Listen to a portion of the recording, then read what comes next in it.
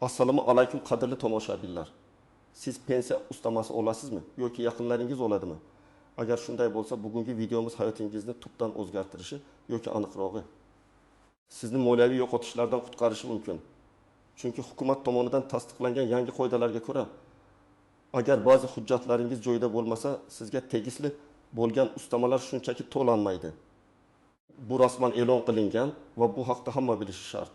Shu sababli iltimos hoziroq kanalimizga obuna bo'ling. Videoga like bosing va ushbu muhim ma'lumotni hech kim o'tkazib yubormasligi uchun do'stlaringiz va yaqinlaringizga ulashing. Har bir daqiqa qadrli. Asosiy muammo nimada? Avvallari ko'pchilik pensiya ustamalarini olish uchun faqatgina shaxsiy guvohnoma va pensiya daftarchasi yetarli deb o'ylardi. Ba'zi hollarda bu haqiqatan ham shunday edi. Ma'lumotlar bazasi orqali tekshirishlar o'tkazilib, agar barcha ma'lumotlar mavjud bo'lsa, ustama avtomatik ravishda tayinlangan. Pensiya to'lovlari tizimi ancha soddalashtirilgan edi va fuqarolardan barcha turdagi ustamalar uchun har safar yangi hujjatlar talab qilinmasdi. Ko'pincha pensiya tayinlashda bir marta taqdim etilgan hujjatlar keyinchalik ham asos bo'lib xizmat qilgan. Bu albatta pensionerlar uchun qulaylik yaratardi. Chunki ularning ko'pchiligi yoshi tufayli turli idoralarga borib kelishga qiynalardi. Biroq bugungi kunda vaziyat butunlay o'zgardi. Hukumat tomonidan qabul qilingan yangi qonun hujjatlari va tartiblarga muvofiq pensiya ustamalarini olish uchun qattiqroq talablar joriy etildi. Endi faqatgina shaxsni tasdiqlovchi hujjatlar bilan cheklanib qolmay, balki har bir ustamaning asosini tasdiqlovchi aniq va to'liq hujjatlar to'plami talab qilinmoqda. Bu ayniqsa turli xil ijtimoiy imtiyozlar, mehnat staji uchun qo'shimchalar yoki oilaviy holatga bog'liq ustamalar uchun juda muhim. O'zgarishning asosiy sababi tizimdagi aniqlikni oshirish. Suiiste'molliklarning oldini olish va davlat byudjetidan ajratilayotgan mablag'larning faqatgina haqli fuqarolarga yetib borishini ta'minlashdir. Axir o'tgan yillarda ba'zi fuqarolar ustamalarni olishda noto'g'ri ma'lumotlar taqdim etganliklari yoki o'zgarib ketgan holatlar haqida xabar bermaganliklari natijasida davlatga katta miqdorda zarar yetkazilgan holatlar aniqlangan. Shuningdek, ma'lumotlar bazalarining eskirganligi, ayrim ma'lumotlarning raqamlashtirilmagani ham bu o'zgarishlarga turtki bo'ldi. Endi davlat har bir so'mni joy-joyiga yetib borishini ta'minlashga qaratilgan qat'iy nazorat mexanizmlarini joriy etdi. Bu bir tomondan pensionerlar uchun qo'shimcha tashvish tug'dirishi mumkin, ammo boshqa tomondan tizimning shaffofligi va adolatini oshirishga xizmat qiladi. Batafsil tushuntirish, nimani bilish kerak, kim xavotirlanish kerak va kim xavotirlanmasligi kerak? Pensiya ustamalari. Bu asosiy pensiya summasiga qo'shiladigan qo'shimcha to'lovlar bo'lib, ular fuqarolarning turli ijtimoiy holatlari, mehnat faoliyatining o'ziga xos xususiyatlari yoki davlat oldidagi xizmatlari uchun beriladi. Endilikda har bir ustama turiga qarab alohida hujjatlar talab qilinadi. Misol uchun, uzoq muddatli mehnat staji uchun ustama, nogironlikka bog'liq ustamalar, o'qimandalari bo'lgan pensionerlar uchun ustamalar, davlat mukofotlari yoki faxriy unvonlarga ega bo'lgan shaxslar uchun ustamalar kabi turlar mavjud. Bu har bir tur uchun endi yangilangan, to'g'ri rasmiylashtirilgan va tasdiqlangan hujjatlar to'plami zarur. Oldinlari ba'zi ustamalar avtomatik ravishda tizimdagi mavjud ma'lumotlar asosida to'lab kelingan bo'lsa, bugungi kunda har bir ustamaning asosini mustaqil ravishda tasdiqlash talab etiladi. Kim xavotirlanishi kerak? 1. Ilgari ustamalarni hujjatlarini qayta tekshiruvdan o'tkazmagan holda olib kelganlar. Agar siz uzoq yillardan beri biror ustamani olib kelayotgan bo'lsangiz va so'nggi paytlarda sizdan uning asosini tasdiqlovchi hujjatlar qayta talab qilinmagan bo'lsa, xavotirlanishga arziydi. Chunki tizim hozirda barcha ma'lumotlarni yangilamoqda va sizning ustamangiz ham qayta ko'rib chiqilishi mumkin. Pensiya fondi xodimlari siz bilan bog'lanmasa ham o'zingiz borib tekshirishingiz juda muhim. 2. Hayot sharoitlari o'zgarganlar. Oilaviy holatingiz o'zgargan bo'lsa, masalan, yangi boqimanda paydo bo'lgan, turmush o'rtog'ingiz vafot etgan, farzandingiz yoshga to'lgan, nogironlik maqomi o'zgargan va siz bu haqda pensiya fondiga xabar bermagan bo'lsangiz, ustamalaringiz to'xtatilishi mumkin. Misol uchun, agar siz qaramog'ingizdagi farzandingiz uchun ustama olgan bo'lsangiz va u 18 yoshga to'lib ishga kirgan bo'lsa, bu ustama bekor qilinishi kerak edi. Agar siz bu haqda xabar bermagan bo'lsangiz, endi bu aniqlansa, ustama to'xtatilib, ortiqcha to'langan mablag'lar qaytarilishi talab qilinishi mumkin. 3. pensiya yoshiga yaqinlashayotganlar yoki 1-marta pensiya tayinlatmoqchi bo'lganlar, sizning hujjatlaringiz yanada diqqat bilan tekshiriladi. Shuning uchun barcha hujjatlaringizni oldindan tayyorlab qo'yishingiz kerak. Hatto pensiyaga chiqishga bir necha yil qolgan bo'lsa ham, hozirdan boshlab barcha kerakli hujjatlarni, mehnat daftarchasi, diplomlar, harbiy guvohnomalar va boshqalar tartibga keltirishni boshlash zarur. 4. Eski, yaroqsiz yoki shikastlangan hujjatlarga ega bo'lganlar, vaqt o'tishi bilan hujjatlar eskirishi, ranglari o'chishi yoki hatto qisman yo'qolib ketishi mumkin. Bunday hujjatlar endi qabul qilinmasligi mumkin. Ularni qayta tiklash yoki dublikatni olish esa ancha vaqt va resurs talab qiladi. Kim xavotirlanmasligi kerak yoki kamroq xavotirlanishi kerak? 1. Yaqinda barcha zarur hujjatlarni topshirib, tasdiqnoma olganlar. Agar siz yaqinda pensiya jamg'armasi bilan aloqada bo'lib, ustamalar uchun barcha hujjatlarni topshirgan va ularning to'g'riligiga ishonch hosil qilgan bo'lsangiz, sizning holatingiz nisbatan barqaror. Biroq hatto bunday hollarda ham ma'lum vaqt o'tgach, ba'zi ustamalar uchun qayta hujjat taqdim etish talab qilinishi mumkinligini unutmang. Yoki ustamasi aniq va o'zgarmas holatlarga asoslanganlar. Masalan, Ulug' Vatan urushi faxriylari kabi shaxslar. Ularning maqomi hukumat tomonidan aniq tasdiqlangan va o'zgartirilmaydigan darajada bo'lsa, doimiy tekshiruvlar talab qilinmasligi mumkin. Ammo shunga qaramay, har bir fuqaro o'z holatini pensiya fondi orqali tekshirib turishi ortiqcha bo'lmaydi. Endi esa aniq misollar va raqamlar bilan har bir ustama turiga oid vaziyatlarni ko'rib chiqamiz. Misol, uzoq muddatli mehnat staji uchun ustama. Avvallari ko'pchilik pensionerlar uchun mehnat daftarchasidagi yozuvlarga qarab, pensiya staji hisoblangan va shu asosda ustamalar tayinlangan. Bu jarayon ancha sodda edi, yangi qoida bo'yicha. Endilikda har bir ish joyidan ma'lumotnoma, mehnat shartnomalari nusxalari, agar tadbirkor bo'lsa, soliq idorasidan tegishli tasdiqnoma talab qilinadi. Bu faqatgina mehnat daftarchasini ko'rsatish bilan cheklanmaydi. Masalan, 6 yoshli Fozil aka ertalabdan kechgacha 35 yil kolxozda ishlagan. Uning mehnat daftarchasida yozib bor va shu asosda unga doimiy pensiya to'lab kelingan. Uzoq muddatli mehnat staji uchun u har oyda o'z pensiyasiga qo'shimcha 5% miqdorida ustama, ya'ni deylik, $1 so'm olardi. Ammo yangi qoidalarga ko'ra Fozil akadan kolxoz arxiv hujjatlari, buxgalteriya ma'lumotlari, hatto kolxoz tugatilgan bo'lsa ham tuman arxividan ma'lumotnoma talab qilinmoqda. Agar Fozil aka bu hujjatlarni taqdim eta olmasa, uning har oylik 1000 so'mlik uzoq muddatli mehnat staji ustamasi to'xtatiladi. Bu degani, u har yili 600 so'm yo'qotadi va bu juda sezilarli miqdor hisoblanadi. Fozil aka kabi minglab pensionerlar mavjud bo'lib, ularning ko'pchiligi eski hujjatlarni saqlashga yoki tugatilgan tashkilotlardan ma'lumotnoma olishga qiynalishadi. 2 misol. Boqimandasi borligi uchun ustama. Oldingi tartibda oilaviy holat to'g'risida ma'lumotnoma berilgan va shunga asosan ustama tayinlangan. Tekshiruvlar qisman amalga oshirilgan. Yangi qoida bo'yicha har bir boqimanda shaxsning tug'ilganlik haqidagi guvohnomasi, nikoh guvohnomasi, agar boqimanda turmush o'rtog'i bo'lsa, nogironlik guvohnomasi agar bo'lsa, ularning ta'minoti ekanligini tasdiqlovchi hujjatlar, masalan, o'qish joyidan ma'lumotnoma yoki boshqa turdagi nafaqa olmasligi haqidagi ma'lumotnoma talab qilinadi. Misol uchun 7 yoshli Munira buvi o'z qaramog'idagi nogiron nabirasi uchun har oy qo'shimcha 80 so'm ustama olardi. Bu ustama uning oilaviy byudjetida katta o'rin tutardi. Chunki nabiraning dori-darmonlari va boshqa ehtiyojlari uchun sarflanardi. Ammo uning nabirasi uchun nogironlik guvohnomasining muddati o'tganini va yangisini taqdim etmaganini pensiya fondi tizimidagi yangi tekshiruvlar va ma'lumotlar almashinuvi orqali aniqlashdi. Endi Munira buviga bu ustama to'lanmayapti. Chunki u nogironlik guvohnomasini yangilashi va uni pensiya fondiga taqdim etishi kerak. Agar u buni tez orada qilmasa, har oy 1000 so'm, ya'ni yiliga 96000 so'm yo'qotadi. Nabirasining dori-darmonlari va boshqa ehtiyojlari esa ko'proq pul talab qiladi.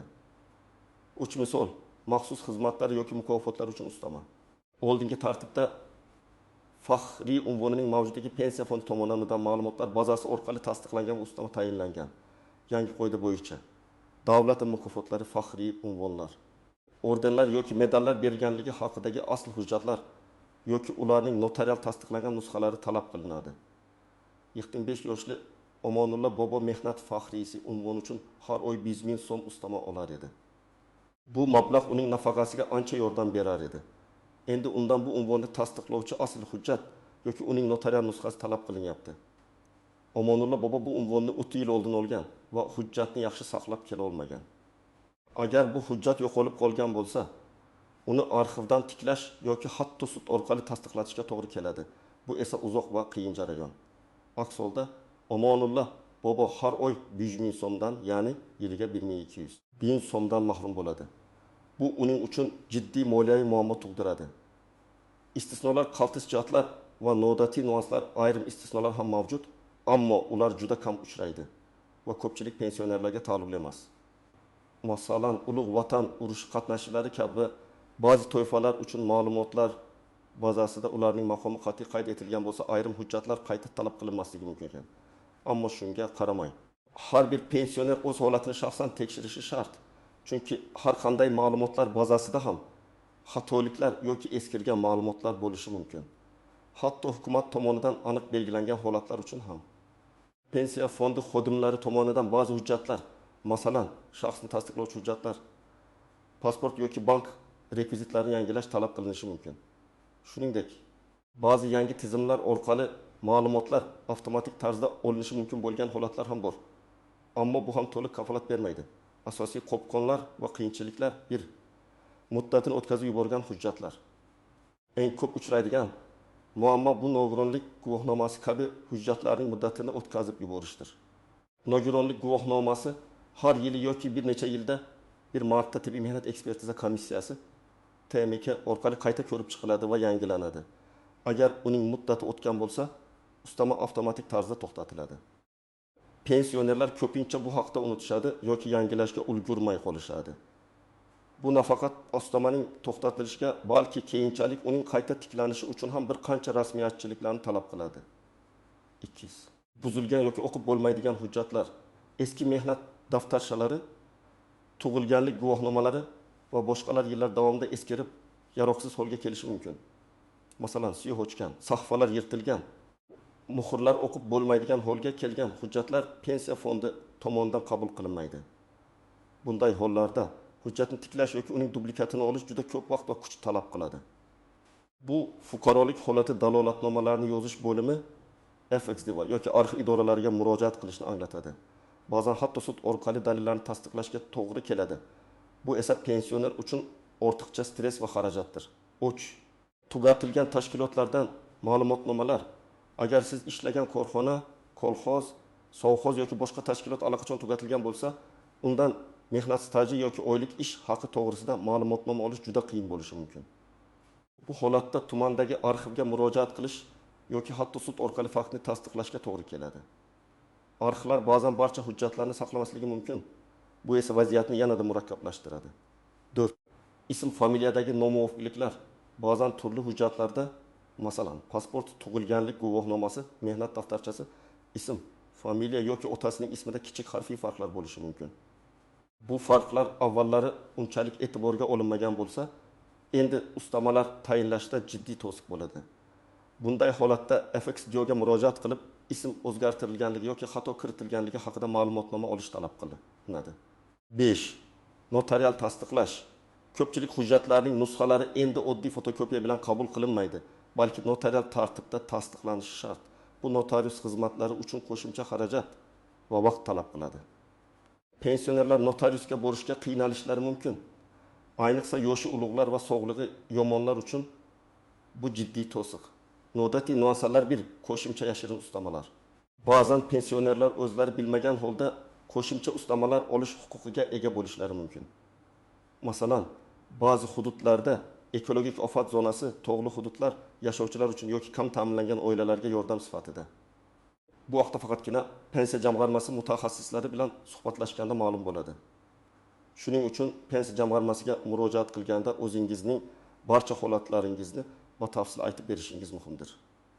2. Ortga qarab to'lash. Agar siz hujjatlarni kechikib topshirsangiz, o'tkazib yuborgan ustamalar uchun to'lovlar ortga qarab hisoblanadimi? Odatda bu juda cheklangan muddatni, masalan, 6 oy o'z ichiga oladi yoki umuman hisoblanmaydi. Ko'pgina hollarda ustamalar hujjatlar topshirilgan oydan boshlab hisoblanadi. Shuning uchun tezkorlik va hujjatlarni o'z vaqtida taqdim etish juda muhim. Agar siz bir yil davomida ustama olmasangiz va hujjatlarni topshirishga ulgurmasangiz, siz bir yillik ustamadan mahrum bo'lasiz. O'chun davriy qayta tekshirish ba'zi ustamalar, masalan, boqmandalar uchun yoki nogironlik holati uchun har yili yoki ma'lum muddatda qayta hujjatlarni taqdim etishni talab qiladi. Masalan, erta yoshdagi nogiron bolalar 18 yoshga to'lgandan so'ng ularning nogironlik holati qayta ko'rib chiqiladi. Yoki talaba boqmanda uchun ustama olinayotgan bo'lsa, har yili o'qish joyidan ma'lumotnoma taqdim etilishi kerak. Bu haqida pensiya fondi xodimlari ogohlantirishi shart. Ammo ba'zan bu unutib yuborilishi mumkin. Shuning uchun pensionerning o'zi ham hushyor bo'lishi lozim. Dati elektron shaklda hujjat topshirish. Ba'zi hududlarda yoki ba'zi hujjat turlari uchun elektron xizmatlar orqali hujjatlarni topshirish imkoniyati mavjud. Biroq bu barcha ustamalar yoki barcha hududlar uchun qo'llanilmaydi. Har doim pensiya jamg'armasidan bu imkoniyat haqida aniqlik kiritish lozim. Ba'zi elektron tizimlar hali mukammal emasligi sababli shaxsiy tashrif afzalroq bo'lishi mumkin. 5 vakil orqali murojaat. Agar pensioner shaxsan borishga qiynalsa, ishonchnoma asosida vakil orqali hujjatlarni topshirishi mumkin. Ammo bu ishonchnoma notarial tasdiqlangan bo'lishi va barcha vakolatlar aniq ko'rsatilgan bo'lishi kerak. Bu jarayon ham o'zining murakkabliklariga ega. Amaliy maslahatlar nima qilish kerak? 21-qadam pensiya fondiga murojaat qiling. Eng to'g'ri va samarali yo'l bu o'zingiz yashaydigan hududdagi pensiya jamg'armasi bo'limiga shaxsan borish.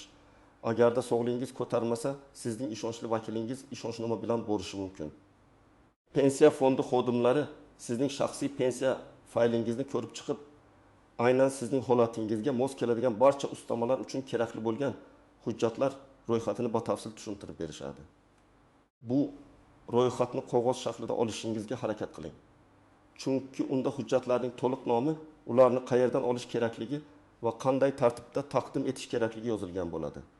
Ulardan har bir ustama turi bo'yicha talab qilinadigan barcha hujjatlar ro'yxatini olishni so'rang.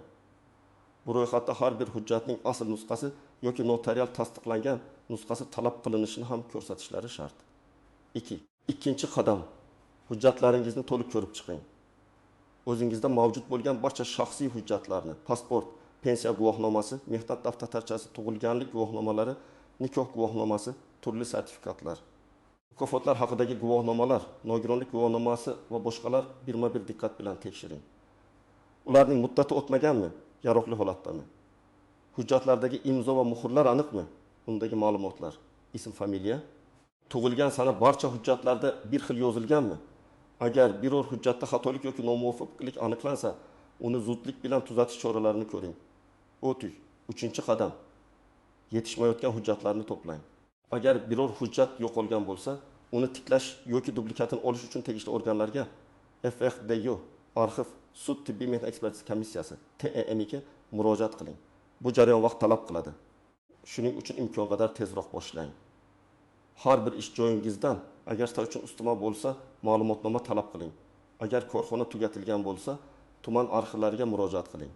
Boqimanda shaxslar uchun bularni tasdiqlovchi hujjatlarini o'qish joyidan ma'lumotnoma, nogironlik guvohnomasining yangilangan nusxasi, ish joyidan ma'lumotnoma yoki ishlamasligi haqidagi ma'lumotnoma oling. 4. qadam. Hujjatlarni notarial tasdiqlating. Pensiya fondi talab qiladigan hujjatlarning nusxalarini notarius orqali tasdiqlating. Asl nusxalarni o'zingizda saqlang. Notarial tasdiqlash uchun asl nusxalarni va ularning nusxalarini notariusga olib borishingiz kerak bo'ladi. Ba'zi hollarda pensiya jamg'armasining o'zida ham asl nusxalar bilan solishtirib tasdiqlash xizmati mavjud bo'lishi mumkin. Ammo bu haqda oldindan aniqlik kiritish lozim. 5. qadam. Hujjatlarni topshirish va kvitansiya olish. Barcha hujjatlarni to'plaganingizdan so'ng ularni pensiya jamg'armasi bo'limiga topshiring. Hujjatlarni topshirganligingiz haqida kvitansiya yoki ro'yxatdan o'tganligi haqida ma'lumotnoma olishingiz shart. Bu sizning qo'lingizdagi eng muhim dalil bo'ladi va kelajakda yuzaga kelishi mumkin bo'lgan har qanday tushunmovchiliklarni hal qilishda asqotadi. Kvitansiyada topshirilgan hujjatlar ro'yxati. Sana va mas'ul xodimning imzosi bo'lishi kerak. 6. Qadam. Jarayonni kuzatib boring. Hujjatlarni topshirganingizdan so'ng ma'lum vaqt o'tgach pensiya jamg'armasi bilan bog'lanib arizangizning holati haqida so'rab turing. Agar biror muammo yuzaga kelsa, uni tezda hal qilishga harakat qiling. Ulardan murojaat raqamini oling va bu raqam orqali arizangizning holatini kuzatib boring. Agar biror hujjat yana talab qilinsa yoki qo'shimcha ma'lumot kerak bo'lsa, kechiktirmasdan taqdim eting. Telefon orqali yoki shaxsan borib murojaat qilishdan tortinmang. Xulosa va yakuniy chaqiriq shunday qilib, bugungi kunda pensiya ustamalarini olish uchun har qachongidan ham ehtiyotkor bo'lish va barcha hujjatlaringizni tartibga solish zarur. Bu jarayon bir oz murakkab tuyulishi mumkin, ammo sizning moliyaviy barqarorligingiz va qonuniy haqqingizni olishingiz uchun juda muhimdir. Har bir pensiya ustamasi sizning qonuniy haqqingizdir va siz uni olish uchun kurashishingiz kerak. Hujjatlarni o'z vaqtida taqdim etmaslik yoki ularning tartibsizligi sizni bu haqqingizdan mahrum qilishi mumkin. Shuning uchun eslatib o'tilgan barcha maslahatlarga amal qiling va pensiya fondi bilan muntazam aloqada bo'ling. O'z huquqlaringizni biling va ulardan foydalaning. O'z fikrlaringizni izohlarda yozib qoldiring. Siz qanday qiyinchiliklarga duch keldingiz yoki sizda qanday maslahatlar bor? Balki sizning tajribangiz boshqa tomoshabinlarga yordam berar. Videoga like bosing va kanalimizga obuna bo'lishni unutmang. Esingizda bo'lsin, ma'lumotli bo'lish bu sizning huquqlaringizni himoya qilish demakdir. Keyingi videolarda ko'rishguncha sog' bo'ling.